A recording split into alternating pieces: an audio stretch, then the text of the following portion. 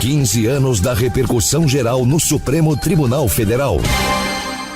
Continuamos com a nossa série de entrevistas sobre os 15 anos da repercussão geral e vamos tratar hoje sobre decisões voltadas para o direito religioso. E o nosso convidado é advogado, professor de direito e também autor de obras de direito religioso. Eu converso agora com o presidente do Instituto Brasileiro de Direito e Religião, o Dr. Tiago Rafael Vieira. Dr. Tiago, seja bem-vindo à Rádio Justiça. Bom dia. Muito bom dia, Sérgio. Bom dia a todos os ouvintes desse Brasilzão que nos acompanha. Sempre uma alegria estar com a Rádio Justiça, contigo e com toda essa seleta assistência. Doutor Tiago, uma pergunta que faço para todos os nossos convidados é sobre a repercussão geral e também gostaria de saber a opinião do senhor sobre esse instrumento.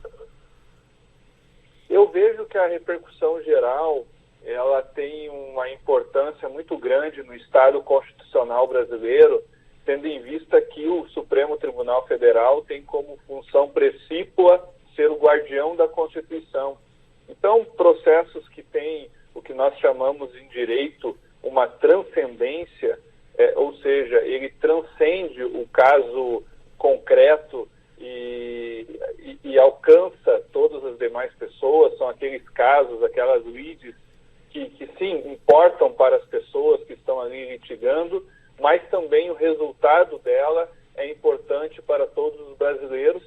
Então, com o fim de uniformizar a jurisprudência a partir desse caso concreto, que tem uma importância para todo o Brasil, a repercussão geral é muito importante nesse sentido, né? Dos tribunais locais, dos tribunais regionais, terem esse parâmetro daquele que de acordo com ordem impositiva da Constituição, o guardião constitucional, que é o Supremo. Muito bem, doutor Tiago. E antes de começarmos a analisar dois temas, as pessoas também perguntam, direito religioso existe? O senhor também é questionado sobre isso? É verdade. Eu confesso que eu tenho sido menos questionado aí nos últimos meses do que o costume. Eu acho que o direito religioso, o Brasil, os juristas, os acadêmicos e o brasileiro em geral está começando a conhecer mais, até em razão da pandemia, de toda essa confusão que deu nos mais de 5 mil municípios brasileiros envolvendo a liberdade de culto. Então o direito religioso está se tornando mais conhecido, apesar de ser um direito milenar. Então, o direito religioso, ele nasce com o direito romano, lá no Império Romano, mas muitos ainda estranham por que a igreja precisa de direito, religioso precisa de direito. Então, existe essas dúvidas ainda, mas aos poucos elas estão sendo sanadas e as pessoas, os brasileiros, estão se acostumando cada vez mais com o direito religioso. Lembrando que na Europa, o direito religioso é uma matéria muito comum, o direito eclesiástico. Então, o brasileiro que tinha um estranhamento, mas, Sérgio, já estamos suprindo aí esse estranhamento e o direito religioso veio para ficar. Como diz o nosso querido professor Ives Gandra Martins, o direito religioso tem autonomia constitucional muito mais do que o direito desportivo e o direito ambiental. Muito bem, doutor Tiago. Vamos então aos temas. Na última entrevista, nós falamos aqui com o nosso entrevistado sobre as decisões que envolveram os concursos públicos em si.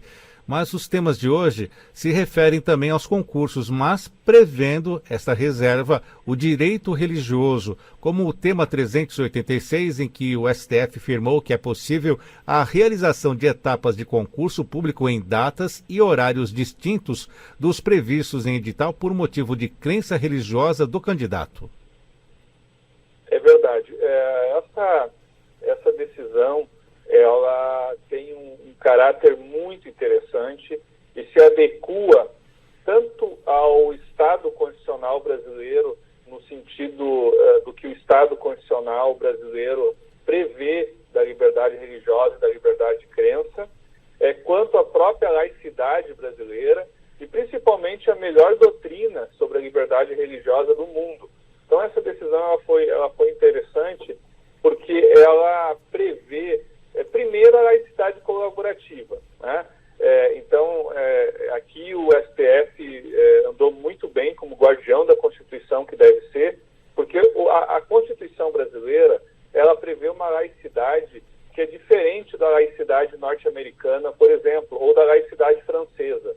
Existe muita confusão, infelizmente, no senso comum. Isso também está sendo dissipado, caros ouvintes, mas muitas pessoas ainda leem a laicidade, o Estado laico, como se fosse algo estanque, como se fosse algo objetivo. E não é. A laicidade nada mais é do que um dos tipos de relação ou de relacionamento do Estado com a Igreja. Existem vários pelo mundo.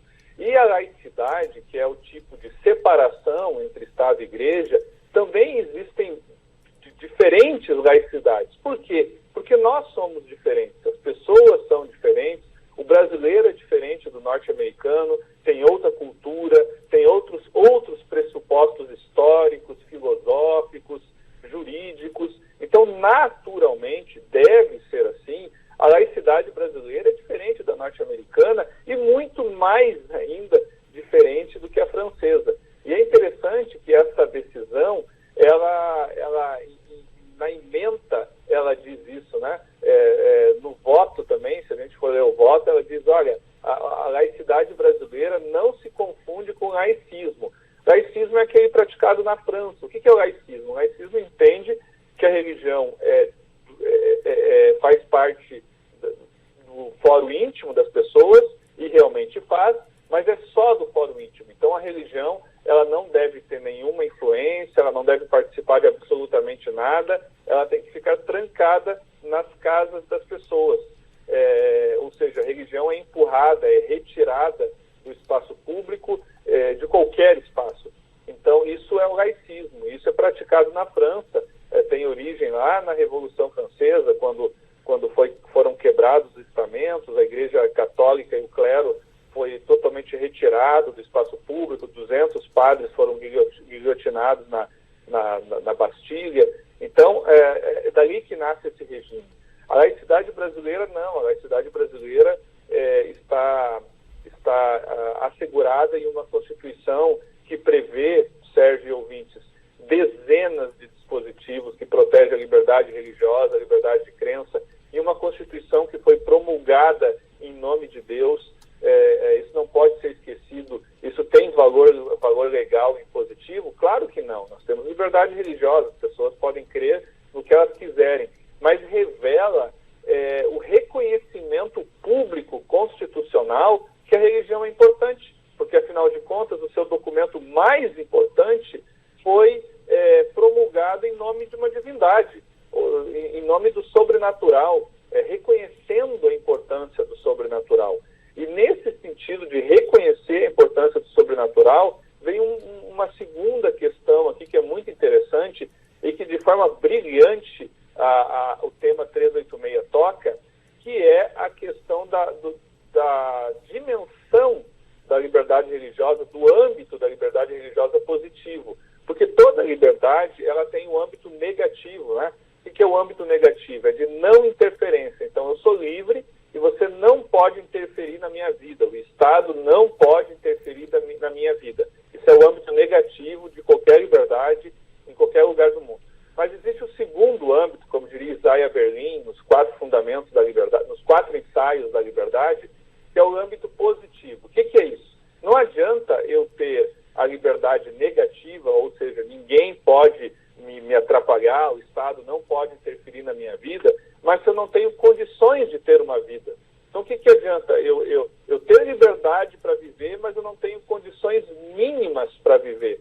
Então, essas condições mínimas é o que a gente chama de liberdade positiva, ou seja, o Estado tem que prever, e é para isso que ele existe, condições mínimas para que eu exerça as minhas liberdades. E, por isso que a gente paga imposto, Sérgio. E a liberdade religiosa positiva vem nesse sentido. O Estado deve criar condições mínimas para que eu possa exercer a minha liberdade. E essa decisão, ela vem nesse sentido, ela navega nesse sentido. Por quê? Porque o Estado diz o seguinte: olha, se determinado religioso que tem uma crença sabatista entende, de acordo com os seus dogmas, com os seus livros sagrados, com a moralidade da sua religião, que ele não pode, do pôr do sol de sexta-feira ao pôr do sol de sábado, trabalhar, ou, como no caso da repercussão geral, fazer um concurso público, participar de um concurso público, então o que acontece, né? O Estado tem que prever condições para que essa pessoa religiosa possa, então, fazer esse ato num outro horário, né? De uma forma que prejudique o mínimo possível o princípio da isonomia. Então, o Estado está criando condições para que eu, sabatista, exerça a minha fé. Qual é a minha fé?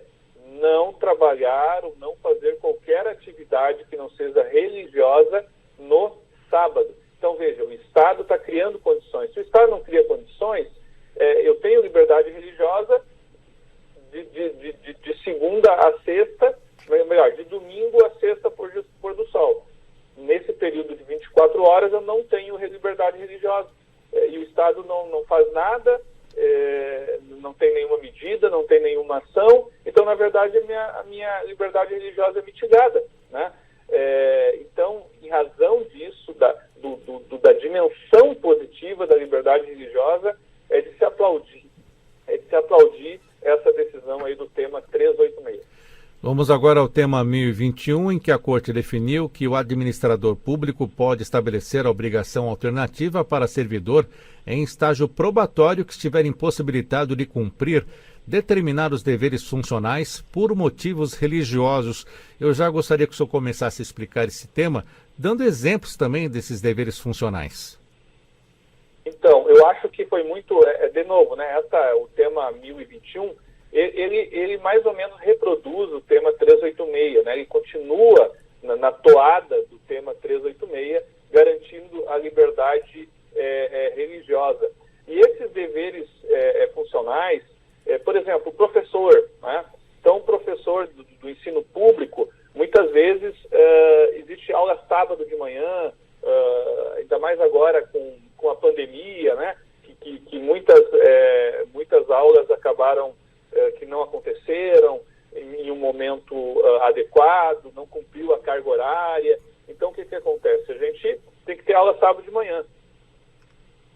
Eu estudei em escola pública e eu me lembro que, aí era em razão de greve, que eu tive que estudar, Sérgio, às vezes sábado de manhã, sábado de tarde, nos horários assim que não tinha nada a ver. Por quê? Porque tinha que cumprir aquela carga horária que, de certa forma, não foi cumprida em razão de uma greve de professores, né? Então, os professores, eles fazem greve, mas depois eles vão ter que ir lá cumprir a carga horária em dias alternados, enfim. Mas e o professor que é sabatista? E veja, não é só o adventista que é sabatista, o judeu também é sabatista. Então, às vezes a gente fala em não trabalhar sábado e pensa no adventista.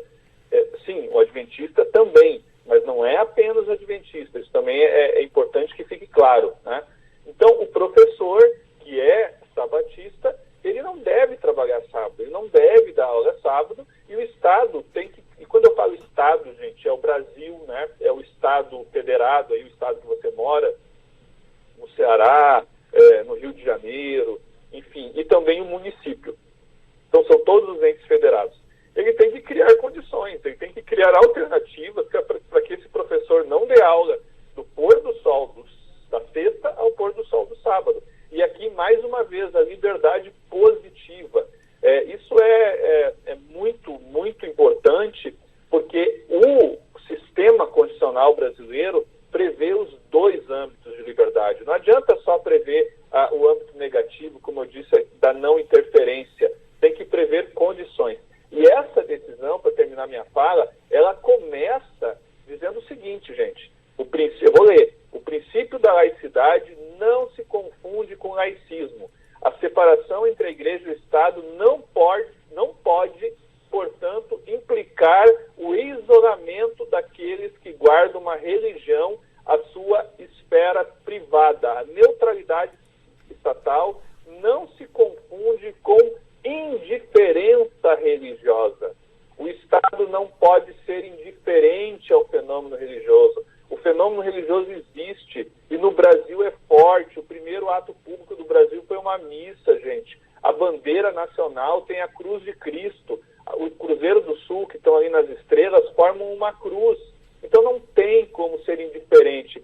Ser indiferente com a religião no Brasil é perseguição religiosa. Porque no momento que o Estado é indiferente, o Estado vira as costas. E virando as costas, o que acontece? Muitas pessoas não conseguem exercer sua liberdade religiosa. No caso desse professor que eu falei, que infelizmente, se o Estado muitas vezes não agir, muitas vezes pelo braço do Poder Judiciário, esse professor vai ter o que é mais importante na sua vida, que é o Shabá atrapalhado, e aí a divindade da pessoa humana dele, e eu vou usar aqui um termo bem vulgar, mas é isso que acontece na prática, vai para o saco.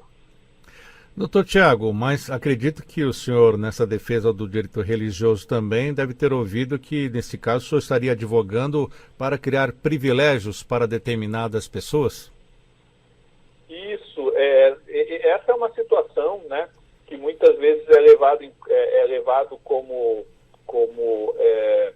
defesa de quem acredita que um professor ele tem que dar aula no sábado contrariando a sua fé, né? Na verdade, isonomia significa tratar os desiguais desigualmente. Eu acho que ninguém, em sã consciência, vai dizer que uma grávida tem que entrar numa fila de banco, né? Ou que uma pessoa idosa tem que entrar numa fila de banco. Quando a gente vê uma grávida, especialmente de 7 meses, 8 meses, na hora a gente, não, peraí, passa direto, ou se a gente está sentado, a gente levanta para ela sentar. Esse é o senso comum. Por quê? Porque a grávida ela tem condições especiais, né? Ela não pode ficar numa fila, porque se ela ficar numa fila, ela vai ter um flagelo físico. Essa pessoa sabatista, se ela trabalhar no sábado, ela vai ter um flagelo da alma, um flagelo psíquico, um flagelo emocional, um flagelo moral e um flagelo sobrenatural. A grávida ela só tem um flagelo, que é o físico. O sabatista tem o emocional, o psíquico, o moral e o sobrenatural. São 4. E, de certa forma, o físico também, né? Porque o psíquico também é físico, o psicológico também é físico. Então, tem que se tratar o desigual desigualmente. Mas eu não estou aqui advogando, por exemplo, a questão de um policial, né? Então, a pessoa passa no concurso para ser da Polícia Federal, né? E acontece bem no sábado um crime que precisa de toda a corporação. Bom, aí é uma situação que é um pouco mais complexa, né? Porque a função ela é uma função pública, ela é uma função que não tem hora para acontecer, que não tem uma alternativa, né? Você não vai dizer para o criminoso, olha, criminoso, você não comete o crime no sábado, né? Então aí é uma situação que eu acho que é mais complexa, que tem que ter uma ponderação maior de como harmonizar os interesses, o interesse da ordem pública, o interesse da segurança pública e o interesse religioso. Essa situação é a única que eu vejo complexa no caso aqui. Mas todas as outras é possível sim harmonizar, sem prejudicar a isonomia, sem dar privilégios. E, doutor Tiago, para finalizarmos, para o futuro, o direito religioso, o que o senhor vem acompanhando aqui no Supremo Tribunal Federal que pode ser colocado na pauta de julgamentos? Eu vejo assim, como o julgamento, por exemplo, dos testemunhos de Jeová, né? Que de certa forma é semelhante à questão dos sabatistas, porque os testemunhos de Jeová, eles também por um motivo de fé, eles querem eles têm uma situação envolvendo transfusão de sangue, que por motivo de fé, eles entendem que é pecado fazer a transfusão de sangue. Também tem a questão dos indígenas, das tribos indígenas, das missões, né, nas tribos indígenas. Então tem algumas ações no controle concentrado de normas que são importantes e que, se o STF andar como andou nesses 2 temas aqui que nós conversamos, em todas essas ADPFs e ADI que eu falei, eu já sei qual vai ser o resultado. Vai ser a preservação da liberdade e do âmbito de proteção da liberdade religiosa. Muito bem, conversamos nessa série especial de entrevistas sobre os 15 anos da repercussão geral de hoje, tratando de decisões de temas voltados para o direito religioso envolvendo os concursos públicos. E agradecemos ao advogado, professor de Direito, escritor de diversas obras de direito religioso, Tiago Rafael Vieira. Doutor Tiago, muito obrigado, até a próxima. Até a próxima, muito obrigado, Sérgio, muito obrigado à Rádio Justiça e a todos que nos ouviram.